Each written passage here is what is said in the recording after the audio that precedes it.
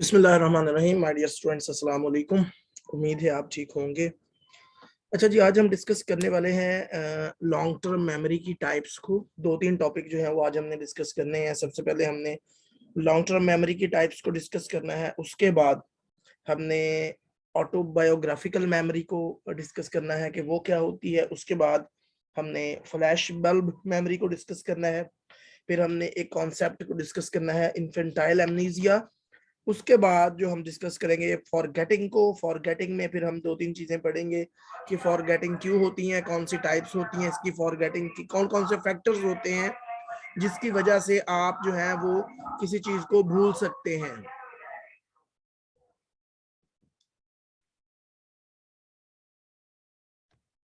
ये सारी चीजें भी अपनी पढ़नी है। उसके बाद जो है वो हमने मेमोरी डिसफंक्शंस भी पढ़ने हैं कि मेमोरी किन किन कौन कौन से मेमोरी डिसफंक्शंस होते हैं जिनमें मेमोरी जो है वो डिस्टर्ब होती है। तो चलिए बिस्मिल्लाह करके स्टार्ट करते हैं।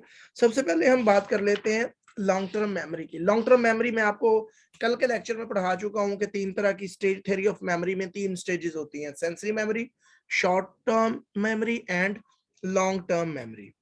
वो मैं डिस्कस नहीं करूंगा क्योंकि शॉर्टेज ऑफ टाइम की वजह से वो वीडियो बहुत ज्यादा लंबी हो जाती है। बहरहाल, अच्छा जी, लॉन्ग टर्म मेमोरी की दो टाइप्स होती हैं, मेन दो टाइप्स होती हैं। कल वैसे हमने पढ़ा था episodic, semantic memory, procedural memory, जो हमने डेक्लरेटिव मेमोरी की टाइप्स पढ़ी थी। लेकिन दोबारा से अब उसको थोड़ा सा और एक्सप्लेन करने लगा हूं एक्सप्लिसिट और इम्प्लिसिट मेमोरी के रेफरेंस से, क्योंकि इम्तिहान के पॉइंट ऑफ व्यू से ये दोनों मेमोरीज एक्सप्लिसिट और इम्प्लिसिट बहुत ज्यादा इंपॉर्टेंट है। तो याद रखिए, लॉन्ग टर्म मेमोरी की दो टाइप्स होती हैं, एक को कहते हैं एक्सप्लिसिट मेमोरी और दूसरे को कहते हैं इम्प्लिसिट मेमोरी। एक्सप्लिसिट मेमोरी को डेक्लरेटिव मेमोरी भी कहते हैं और इम्प्लिसिट मेमोरी को नॉन डेक्लरेटिव मेमोरी भी कहते हैं। अब इम्प्लिसिट और एक्सप्लिसिट में फर्क क्या है? एक्सप्लिसिट मेमोरी वो मेमोरी होती है जिसको आप कॉन्शियसली रिकॉल करते, कॉन्शियसली रिट्रीव करते हैं या रिकॉल करते हैं, जबकि इम्प्लिसिट मेमोरी वो होती है जिसको आप रिट्रीव करने के लिए, जिसको आप आपको यूज करने के लिए कॉन्शियसनेस, एक्शंस या विलिंगनेस की जरूरत नहीं होती। मसलन एक्सप्लिसिट मेमोरी क्या होती है, यानी मैंने आपको आपने याद रखना है, एक्सप्लिसिट या डेक्लरेटिव मेमोरी में कॉन्शियसनेस अटेम्प्ट और इम्प्लिसिट या नॉन डेक्लरेटिव मेमोरी में अनकॉन्शियस अटेम्प्ट ऑफ एक्शन। अच्छा जी, एक्सप्लिसिट मेमोरी क्या होती है? मसलन आप कोई रियाजी का सवाल कर रहे हैं, तो रियाजी का सवाल अब ऑटोमेटिकली आपके माइंड में नहीं आता जाएगा। रियाजी का सवाल जिस तरह कुछ चीजें होती हैं वो ऑटोमेटिक होती हैं, वो हम करते नहीं है लेकिन वो खुद ब खुद हमसे होती जाती हैं, नहीं। बल्कि एक्सप्लिसिट एक्शंस या एक्सप्लिसिट मेमोरी में क्या होगा, आप कोशिश करके खुद से चीजों को रिकॉल करने की कोशिश करेंगे, खुद से काम करने की कोशिश करेंगे, मेमोरी से मटेरियल को निकाल कर उसको इस्तेमाल करने की कोशिश करेंगे। मसलन आपको एक कोरिलेशन का क्वेश्चन दे दिया जाता है, ठीक है, आपने पढ़ी होगी ना साइकोलॉजी में कोरिलेशन, जब आपने स्टैटिस्टिक्स पढ़ी है, दो वेरिएबल्स का आपस में, दो या दो से ज्यादा वेरिएबल्स का जब आपस में रिलेशनशिप देखते हैं तो उसको कोरिलेशन कहते हैं। खैर, ये तो एक अलग बात है, मैं वैसे आपको कॉन्सेप्ट बता रहा हूं। अब आपको एक कोरिलेशन का सवाल दे दिया जाता है मैनुअली करने के लिए। अब कोरिलेशन का सवाल करना है तो आपको डेफिनेटली कोरिलेशन का फार्मूला भी आना चाहिए।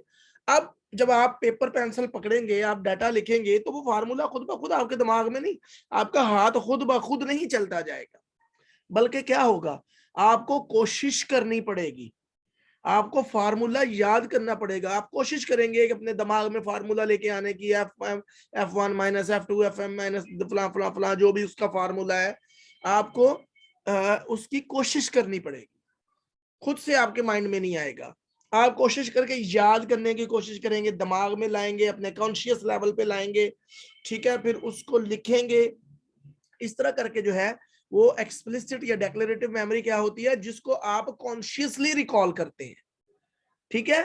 और इम्प्लिसिट या नॉन डेक्लरेटिव क्या मेमोरी क्या होती है, जिसको आप कॉन्शियसली रिकॉल नहीं करते, बल्कि वो ऑटोमेटिक होती है, वो खुद ब खुद होती जाती है। वो कैसे होती है, मैं एक्सप्लिसिट और इम्प्लिसिट दोनों की आपको एग्जांपल्स देता हूं आगे चल के। सिंपली आपने पहले याद रखना है कि लॉन्ग टर्म मेमोरी की दो टाइप्स होती है मेजर, वन इज एक्सप्लिसिट या declarative and the second one या second type of the long term memory that will be implicit या नॉन डेक्लरेटिव मेमोरी। अब एक्सप्लिसिट मेमोरी में मैंने आपको बताया conscious attempt of recall of the material और information, और इम्प्लिसिट मेमोरी में अनकॉन्शियस एक्शन होगा। अब एक्सप्लिसिट मेमोरी की आगे दो टाइप है, first is episodic memory and second is semantic memory या सिमेंटिक नॉलेज। एपिसोडिक मेमोरी क्या होता है, किसी भी वाकया से मुतल्लक कोई भी इंफॉर्मेशन जो है वो आपके माइंड में आप आती है, आप उसको सोचते हैं कि मैंने फॉर एग्जांपल आपने नाश्ता किया था तो आप सोचते हैं कि मैंने सुबह नाश्ता क्या किया था, या अगर आप कल शादी पे गए थे तो आप बैठे हैं और आप सोचते हैं अच्छा मैं किस किस से मिला था। यानी कि you are going to conscious attempt to recall the information of last 2 to 3 days के पिछले 2 से 3 दिन में। जिस तरह आप अपना हिसाब लिख रहे होते हैं, फॉर एग्जांपल आपने खर्चा किया है पिछले 3 दिन में, आपके वालिद साहब ने आपको 10 रुपए दिए, सॉरी 10 रुपए तो नहीं दिए, वो तो बहुत थोड़े होते हैं, आपके वालिद साहब ने आपको 1,000 रुपया का नोट दिया, और अब आपसे उन्होंने पूछा कि अच्छा बताओ भाई कहाँ कहाँ खर्च किया। अब आप बता रहे होते हैं कि जी मैं सोच रहे होते हैं ना कि कहाँ खर्च किया, कॉन्शियस अटेम्प्ट कर रहे होते हैं, अपने दिमाग में चीजों को लाने की कोशिश कर रहे होते हैं, ठीक है। तो दैट इज कॉल्ड एपिसोडिक या एक्सपीरियंस्ड इवेंट्स या एपिसोडिक मेमोरी। मसलन किसी वाकया से मुतल्लक कोई भी चीजें इंफॉर्मेशन को आप दोहराने की कोशिश करते हैं, माइंड में लाने की कोशिश करते हैं।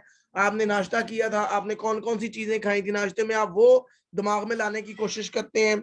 आप किसी शादी पे गए थे, आप सोचते हैं शादी में कौन कौन आया था, घर वाले पूछ लेते हैं जी कौन कौन आया था शादी में, तो आप सोच सोच के बता रहे होते हैं। ये नहीं होता कि वो आपके अनकॉन्शियस में खुद ही आई जा रही हैं चीजें, नहीं, बल्कि क्या होता है आप सोच सोच के बता रहे होते हैं। तो ये होता है एपिसोडिक मेमोरी। किसी भी वाकया से मतलब किसी भी इवेंट से मतलब जो इंफॉर्मेशन हो आप उसको रिकॉल करते हैं कॉन्शियसली अटेम्प्ट करके।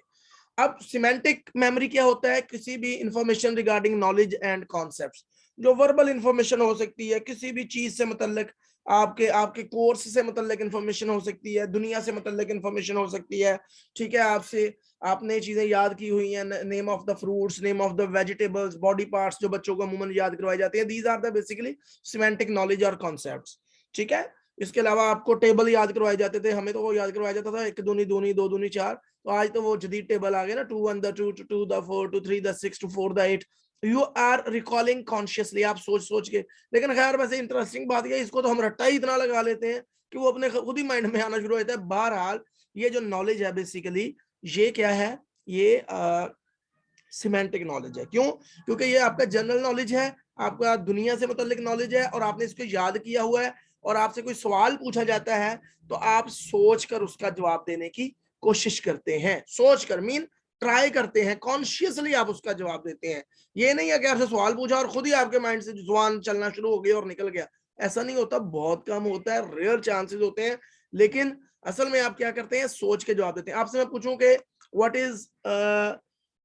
Is the meaning of dream analysis, ठीक है, फ्रॉइड की ड्रीम एनालिसिस से क्या मुराद है, ठीक है, फ्रॉइड की कौन सी किताबें फ्रॉइड ने जो है वो राइट की है, आप सोचेंगे, सोच के जवाब देंगे, ऑटोमेटिकली जवाब नहीं आप देंगे। तो दूसरा जो टाइप है लॉन्ग टर्म मेमोरी की, दैट इज कॉल्ड इम्प्लिसिट और नॉन डेक्लेरेटिव मेमोरी। इम्प्लिसिट या नॉन डेक्लेरेटिव मेमोरी से क्या मुराद है, वो मेमोरी जो आप कोई भी रिकॉल चीज को करते हैं, जो आपकी मेमोरी में है, आपने सीखी हुई है, आप उसको रिकॉल करते हैं तो अनकॉन्शियसली आप उसको कर लेते हैं। मसलन 2 तरह की टाइप्स होती हैं इम्प्लिसिट मेमोरी की, एक प्रोसीजरल, दूसरी इमोशनल कंडीशनिंग। प्रोसीजरल मेमोरी क्या होती है, जिसमें स्किल्स और एक्शंस होते हैं। मसलन आपने गाड़ी चलाना सीख ली है, कार चलाना सीख ली है, अब आप कार चला रहे हैं, तो आप क्या अपने जहन पे जरा जोर दें कि क्या आप सोच सोच के गाड़ी का रेस दबा रहे होते हैं, एक्सीलेटर, फिर सोचते हैं मैं गियर लगा लूं, फिर सोचते हैं मैं एक्सीलेटर दबा लूं, फिर सोचते हैं मैं ब्रेक लगा लूं। नहीं, आप क्या करते हैं, वो खुद ब खुद लग रहे होते हैं। This is a procedural memory, basically unconsciously आप उसको ड्राइव कर रहे होते हैं। प्रोसीजर है ना किसी चीज को चलाने का। एक बात याद रखें, implicit memory basically procedural memory होती है। प्रोसीजर मेमोरी किसी भी चीज का प्रोसीजर हो, आप खुद ही काम कर रहे होते हैं, अनकॉन्शियसली ऑटोमेटिकली हुए जा रहे हैं। मसलन मैं यहां से जब निकलता हूं अपने गांव में जाने के लिए गाड़ी में, तो मैं इवन के मुझे ये भी नहीं याद होता कि मैं गाड़ी स्टार्ट कर रहा हूँ, मैं खुद ही बैठा हूँ, गाड़ी में बैठा हूँ, तो ऑटोमेटिकली मेरा हाथ जो है वो इग्निशन की तरफ चला जाता है। इग्निशन में मैं जब चाबी घुमाता हूँ, गाड़ी स्टार्ट हो जाती है, मैं गियर लगाता हूँ। मैं सोच सोच के नहीं लगा रहा होता कि अब मैं गियर लगाने लगा हूँ, अब मैंने गियर लगा के क्लच छोड़ना है, एक्सीलेटर दबाना है, नेवर। वो क्या होता है, वो प्रोसीजरल मेमोरी है, स्किल है मेरी, ठीक है।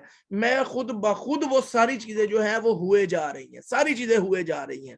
इस तरह इमोशनल कंडीशनिंग है। इमोशनल कंडीशनिंग में क्या होगा, अगर किसी की डेथ होगी तो आप अपने आप को ये नहीं समझाएंगे कि अब मुझे यहाँ पे रोना है, वो आप रोएंगे ही डेफिनेटली। आपको एक सैड न्यूज सुनेंगे, अफसुर्दा होंगे, ठीक है। आपको अपने आप को सिखाना नहीं पड़ेगा कि यहाँ अब मुझे अफसुर्दा होना है।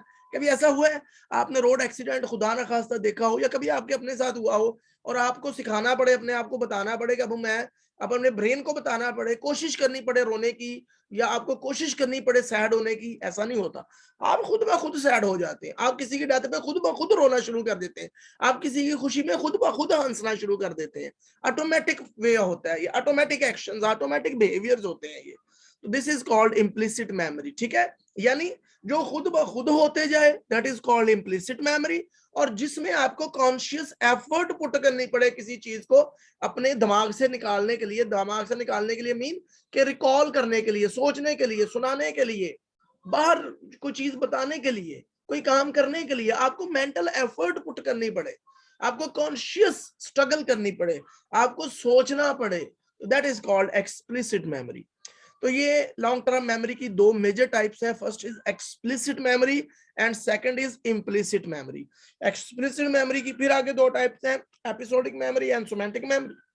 और इम्प्लिसिट मेमोरी की भी दो टाइप्स हैं, procedural and emotional memory, emotional conditioning. तो मैंने आपको बता दिया कि explicit conscious effort and implicit non conscious effort, ठीक है जी। इससे आप इसको याद रखिएगा। आगे चलते हैं।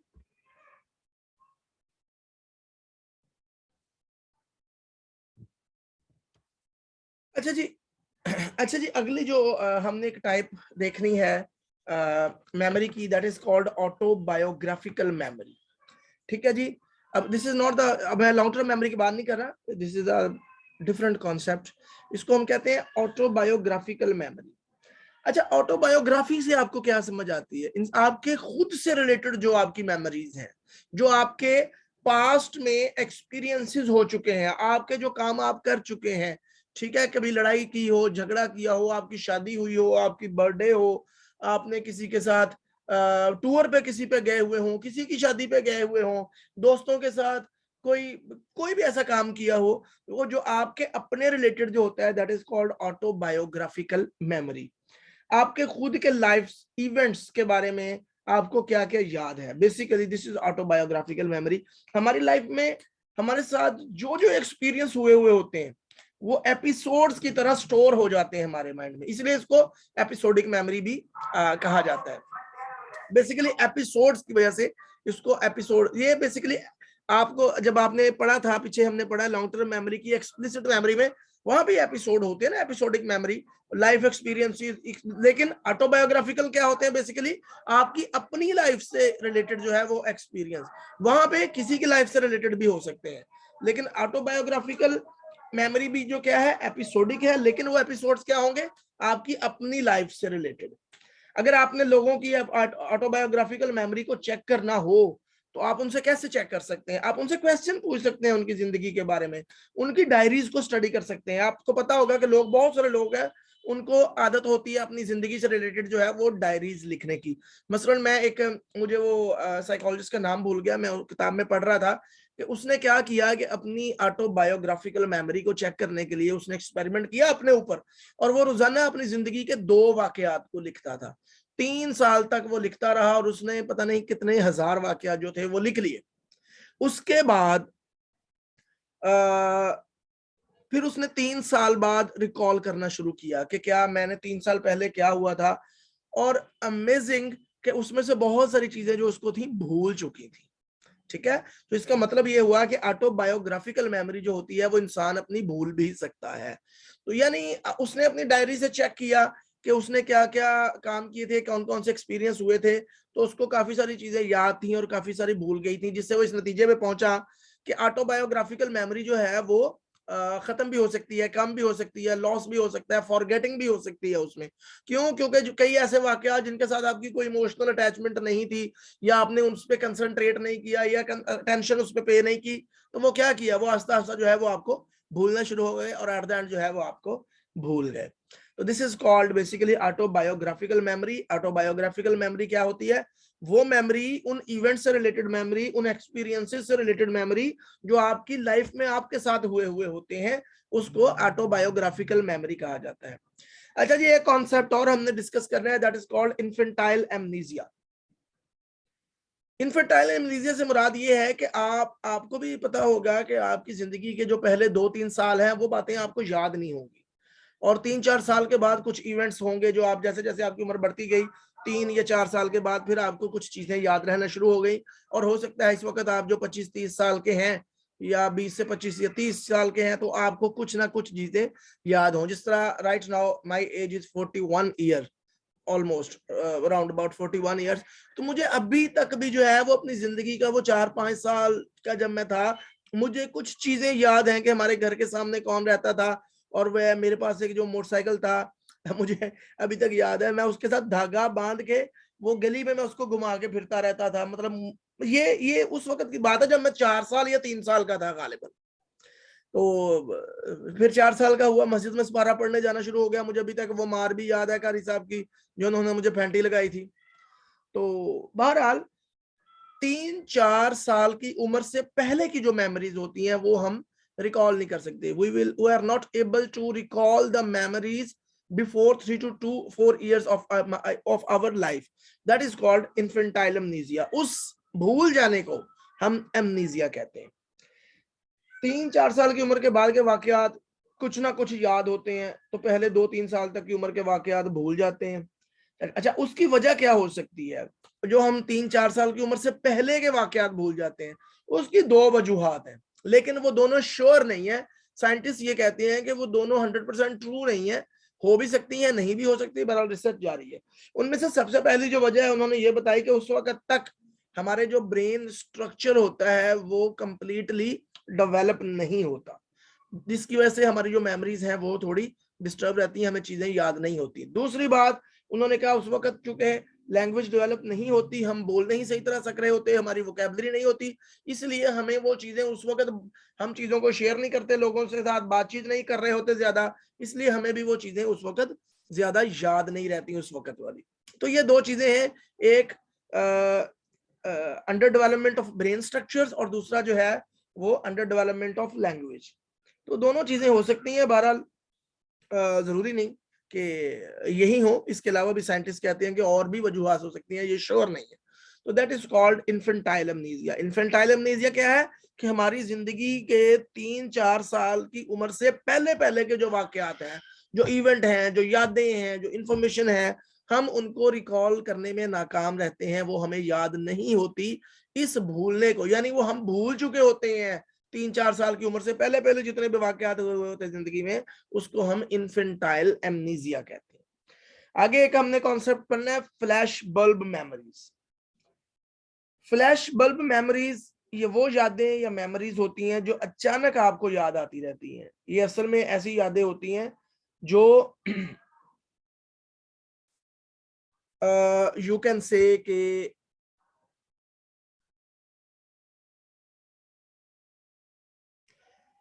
सरप्राइज्ड होती हैं, या अनयूजुअल, कोई भी ऐसे वाकयात जो अनयूजुअल होते हैं, जिनको आप एक्सपेक्ट नहीं कर रहे होते, तो वो वाकयात हो जाते हैं। That is called flash bulb. और उन वाकयात, उन अनयूजुअल इवेंट्स से रिलेटेड, उन शॉकिंग इवेंट्स से रिलेटेड, कि आप फॉर एग्जांपल आप घर में बैठे हो और आपको लगा कि वो फलां जगह पे कत्ल हो गया, मर्डर हो गया, ठीक है, तो वो आपके लिए शॉकिंग है, अनयूजुअल है, आप कहते हो, उस वक्त आप इमोशनल हो जाते हैं।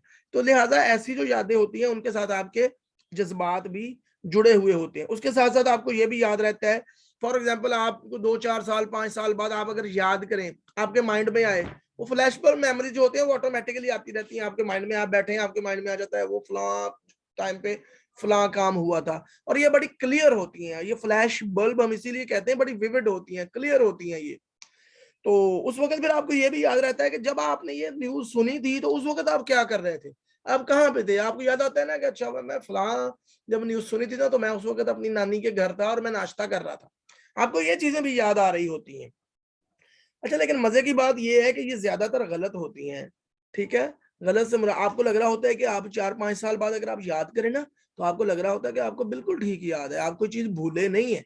लेकिन ये मोस्टली जो है ये गलत हो जाती है, आप भूल जाते हैं। फ्लैशबैक मेमोरीज जो होती हैं वो आपको याद आ रही होती है लेकिन गलत तरीके से, वो गलत इंफॉर्मेशन आपके माइंड में घूम रही होती है। ठीक है, मसलन उसकी एक जो है वो बुक में एक एग्जांपल दी हुई है कि किसी मुल्क की जो है वो स्पेस शटल जो थी वो तबाह हुई। उसके तबाह होने से एक दिन बाद जब न्यूज छपी अखबारात में तो लोगों से पूछा गया, उससे मुतल्लिक जो है वो लोगों से पूछा गया तो लोगों ने उसको ठीक ठीक बताया कि फलां जगह पे थी और मैं उस वक्त फलां जगह पे था। मतलब मैं आपसे पूछूं कि कल स्पेस शटल तबाह हो गई तो आप कहाँ थी, आप कहेंगे मैं उस वक्त अपने दोस्तों के साथ बैठी हुई थी और मैं उस वक्त जिंगर खा रही थी।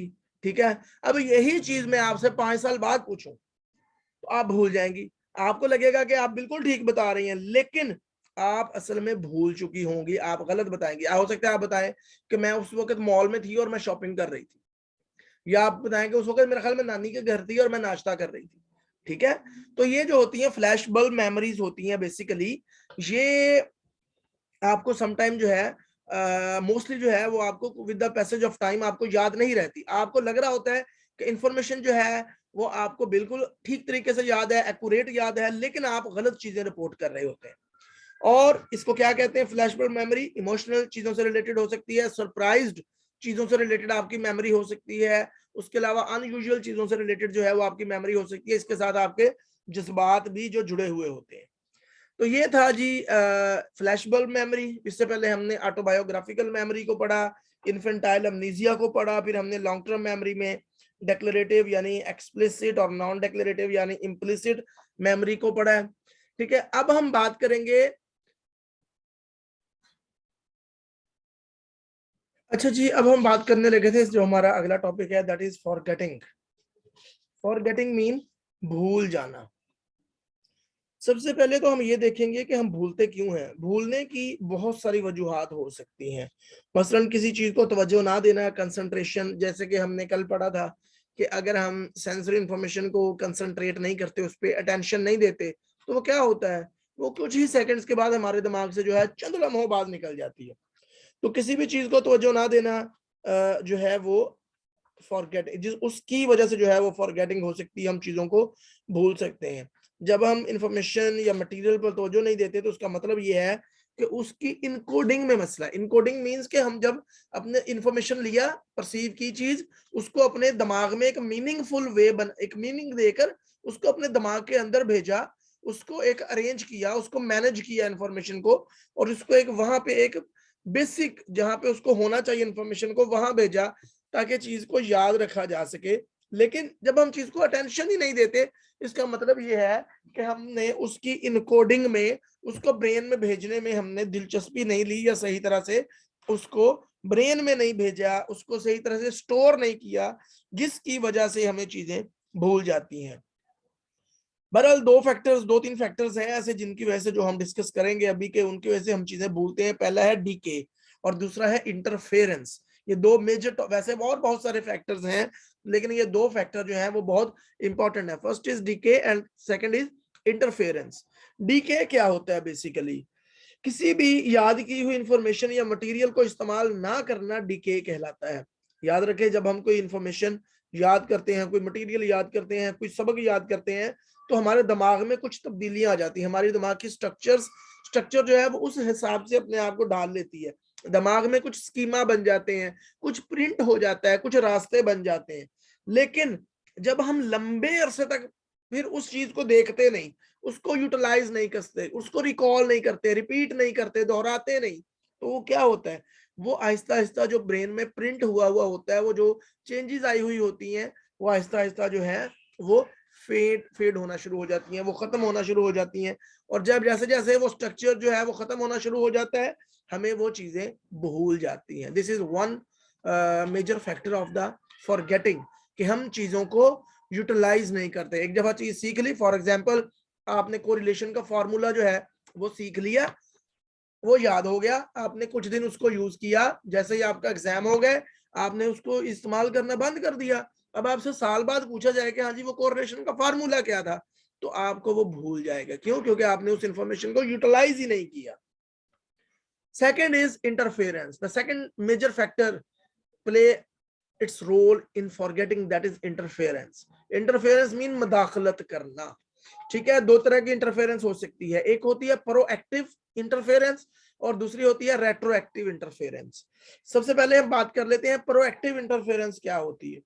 जब पहले से चीज, याद की हुई चीज या इंफॉर्मेशन को रिकॉल करने में दूसरी जो चीज है, जो बाद में चीज याद की है, वो पहली चीज की रिकॉल में मसला पैदा करे, तो उसको हम प्रोएक्टिव इंटरफेरेंस कहते हैं। फॉर एग्जांपल आपने दो लैंग्वेज सीखी, पहले आपने सीखी इंग्लिश और दूसरी आपने, या आप पहले आपने पर्शियन सीखी, उसके बाद आपने अरबी सीखी। तो अब इंटरफेरेंस, प्रोएक्टिव इंटरफेरेंस क्या होगी कि आपने जो पहले याद की हुई चीज दूसरी इंफॉर्मेशन को रिकॉल करने में या याद करने में मसला पैदा करे। यानी आपने पहले अरबी सीखी, जब आप इंग्लिश सीखेंगे तो वो आप सही तरह से इंग्लिश सीख नहीं पाते। क्यों? क्योंकि उस अरबी की वजह से जो आपने ऑलरेडी की है, आप कंफ्यूज हो जाते हैं, आपको चीजें शफल होना शुरू हो जाती हैं। ठीक है, तो उसके आपको चीजें याद नहीं आती, आपको ग्रामर याद नहीं आती पहली सीखी हुई चीज की वजह से। तो जब पहली सीखी हुई चीज इंटरफेरेंस करे दूसरी चीज की रिकॉल में, that is called proactive interference. इसी तरह दूसरा टाइप है रेट्रोएक्टिव इंटरफेरेंस। इसमें दूसरी इंफॉर्मेशन की एक्सपोजर की वजह से पहली इंफॉर्मेशन को रिकॉल करने में मसला आता है। मसलन आपने पहले एक लैंग्वेज सीख ली अरबी, उसके बाद आप पश्तो सीख लेते हैं या पर्शियन सीख लेते हैं, तो वो जो पर्शियन है उसकी वजह से आपको अरबी भूलना शुरू हो जाती है, जो आपने पहली चीज सीखी हुई होती है। फॉर एग्जाम्पल किसी मशीन की मिसाल ले लें, एक मशीन है वो आप चलाना सीख लेते हैं, तो जब आप दूसरी मशीन सीखते हैं तो क्या होता है कि पहली मशीन जो आपने सीखी हुई होती है वो आपको भूलना शुरू हो जाती है। तो इसको कहते हैं रेट्रोएक्टिव इंटरफेरेंस। प्रोएक्टिव इंटरफेरेंस क्या होती है? जब पहले से याद की हुई चीज या सीखी हुई चीज दूसरी चीज को, जो दूसरी सीखी है चीज, उसको रिकॉल करने में प्रॉब्लम क्रिएट करे, दैट इज कॉल्ड प्रोएक्टिव। और रेट्रोएक्टिव क्या है? जब दूसरी सीखी हुई चीज जो है वो पहली सीखी हुई चीज को रिकॉल करने में मसला क्रिएट करे, that is called retroactive interference. अब बात कर लेते हैं मेमोरी डिसफंक्शंस की, कि मेमोरी के डिसफंक्शंस कौन कौन से होते हैं, कौन कौन से प्रॉब्लम्स होते हैं। सबसे पहले बात करते हैं एमनीजिया। एमनीजिया में इंसान की याददाश्त मुतासर हो जाती है। एमनीजिया दो तरह का होता है। एमनीजिया में इन चीजों को भूल जाना। ठीक है, आपने जो चीजें सीखी हुई होती हैं या जो नई चीज सीखनी है आपको वो याद नहीं होती, या पुरानी चीज को भूल जाते हैं। अब एमनीजिया दो तरह का होता है, एक होता है रेट्रोग्रेड एमनीजिया और दूसरा होता है एंटेरोग्रेड एमनीजिया। रेट्रोग्रेड एमनीजिया क्या होता है? रेट्रोग्रेड एमनीजिया होता है जिस तरह आपने फिल्मों में देखा होगा कि हीरो आता है, लड़ाई करता है, उसका पत्थर में सर लगता है, उसको पुरानी सारी बातें जो है वो भूल जाती हैं। फिर कोई सालों साल 10 साल बाद दोबारा उसी जगह पे आता है, तो उस चीज को देखता है, उस सीन को देखता है, उसको चीजें याद आना शुरू हो जाती हैं। या उसका सर जो है वो पत्थर में लगता है, तो फिर उसको चीजें याद आना शुरू हो जाती हैं। तो this is called retrograde amnesia. बहरहाल ये फिल्में हैं, ऐसा फिल्मों में होता है, ऐसा रियलिटी में बहुत कम होता है। ठीक है, हकीकी जिंदगी में रेट्रोग्रेड एमनीजिया बहुत कम होता है। रेट्रोग्रेड एमनीजिया में बहरहाल होता क्या है, इसमें किसी भी वाकया से पहले की जो मेमोरी होती है, जो याददाश्त है, जो इंफॉर्मेशन है, आप उसको भूल जाते हैं। लेकिन आमतौर पर रेट्रोग्रेड एमनीजिया में जो चीजें भूल जाती हैं वो कुछ अरसा गुजरने के बाद प्रोबेबिलिटी जो है उसकी ये होती है, ज्यादा प्रोबेबिलिटी होती है कि वो आपको याद आना शुरू हो जाती है। जैसे मेरे एक जानने वाले हैं, वो उन्होंने मुझे कुछ दिन पहले वो मेरे पास आए, उन्होंने मुझे बताया कि उनको जो है वो पैरालिसिस हो गया था, फालज हो गया था। तो वो कहते हैं जब मुझे फालज हुआ है तो मुझे सारी चीजें याद करना मैं भूल गया कि मुझे, मैं कौन हूँ और मैं, मेरा घर कहाँ है, और मैं काफी चीजें वो कहते भूल गया। बहुत सारे ऐसे काम जो मैं रोजाना करता था मैं वो भूल गया। लेकिन with the passage of time कहते फिर आहिस्ता आहिस्ता आहिस्ता आहिस्ता करके मुझे चीजें याद आना शुरू हो गई। तो आहिस्ता आहिस्ता उनको काफी चीजें जो थी वो याद आ गई। बहरहाल कुछ चीजें ऐसी भी रेट्रोग्रेड एमनीजिया में हो सकती हैं जो बिल्कुल हमेशा के लिए आप भूल जाएं। यानी अब रेट्रोग्रेड एमनीजिया क्या होगा कि वो किसी भी इंसिडेंट, किसी भी वाकया से पहले की जो इंफॉर्मेशन है वो आप भूल जाते हैं। आप सारी इंफॉर्मेशन भी भूल सकते हैं, आप कुछ पार्ट्स भी भूल सकते हैं, कुछ सेलेक्टिव इंफॉर्मेशन भी आप भूल सकते हैं। और प्रोबेबिलिटी चांसेस यही होते हैं कि जो चीजें आप भूले हैं वो आहिस्ता आहिस्ता आपके माइंड में आना शुरू हो जाती हैं। उसके बाद आ जाता है जी, अच्छा एक और चीज, समटाइम रेट्रोग्रेड एमनीसिया में ऐसा होता है कि आप इजी इजी चीजें आप भूल जाते हैं और मुश्किल चीजें जो है वो आप याद रखते हैं। मसलन आप अपने दोस्तों के नाम भूल जाते हैं, घर वालों के नाम भूल जाते हैं, लेकिन आप जो है वो चेस खेलना नहीं भूलते। आप शतरंज खेलते हैं बड़े जबरदस्त तरीके से, आप लूडो बड़ी अच्छी खेल लेते हैं, लेकिन असल में जो इजी इजी चीजें हैं वो आप भूल जाते हैं। बहरहाल बहुत सारी जो है वो इसमें फैक्टर्स हो सकते हैं, चांसेस हो सकते हैं। अच्छा जी, अब अमनीजिया की दूसरी किस्म है, दैट इज कॉल्ड इंटेरोग्रेड अमनीजिया। इसमें मौजूदा चीजें, इसमें मौजूद चीजें या फर्द मतलब कोई भी जो पर्सन है वो करंट एक्टिविटीज से रिलेटेड जो है वो चीजें भूल जाता है। यानी उसकी मतलब वो चीजों को याद नहीं रख पाता, जो करंट एक्टिविटीज चल रही होती है उनको याद नहीं रख पाता। अब याद नहीं रख पाता इसका मतलब ये है कि उसकी शॉर्ट टर्म मेमोरी से चीजें लॉन्ग टर्म मेमोरी में शिफ्ट नहीं होती, इसीलिए तो याद नहीं ना रखता पाता। पहली चीजें उसको याद होती हैं, मगर अगर उसको कोई मसला हुआ है, कोई एक्सीडेंट हुआ है और एक्सीडेंट के नतीजे में उसको एंटेरोग्रेड एमनीसिया हो गया है, तो एंटेरोग्रेड एमनीसिया में क्या होगा कि उस एक्सीडेंट से पहले पहले की चीजें उसको सारी याद होंगी, लेकिन एक्सीडेंट और उसके बाद की चीजें जो है, जब उसको चोट लगी है उसके बाद की चीजें जो है वो उसको याद नहीं होंगी। ठीक है, क्यों याद नहीं होंगी? क्योंकि उसकी जो चीजें हैं, जो इंफॉर्मेशन है, कोई भी मटेरियल जो है एक्टिविटीज से रिलेटेड कोई भी है, वो उसकी शॉर्ट टर्म मेमोरी से है, उसकी लॉन्ग टर्म मेमोरी में शिफ्ट नहीं होता। हाँ, ये होता है कि लॉन्ग टर्म मेमोरी में ऑलरेडी जो चीजें पड़ी हुई हो वो उसको हमेशा याद रहती हैं। तो that is called anterograde amnesia. Hopefully आपको आज का लेक्चर समझ आ गया होगा। अगर कोई चीज समझ नहीं आई तो यू कैन आस्क मी, इंशाल्लाह I will try to my level best to reply you as soon as possible. Thank you very much, अपना बहुत सारा ख्याल रखिएगा। अल्लाह हाफिज।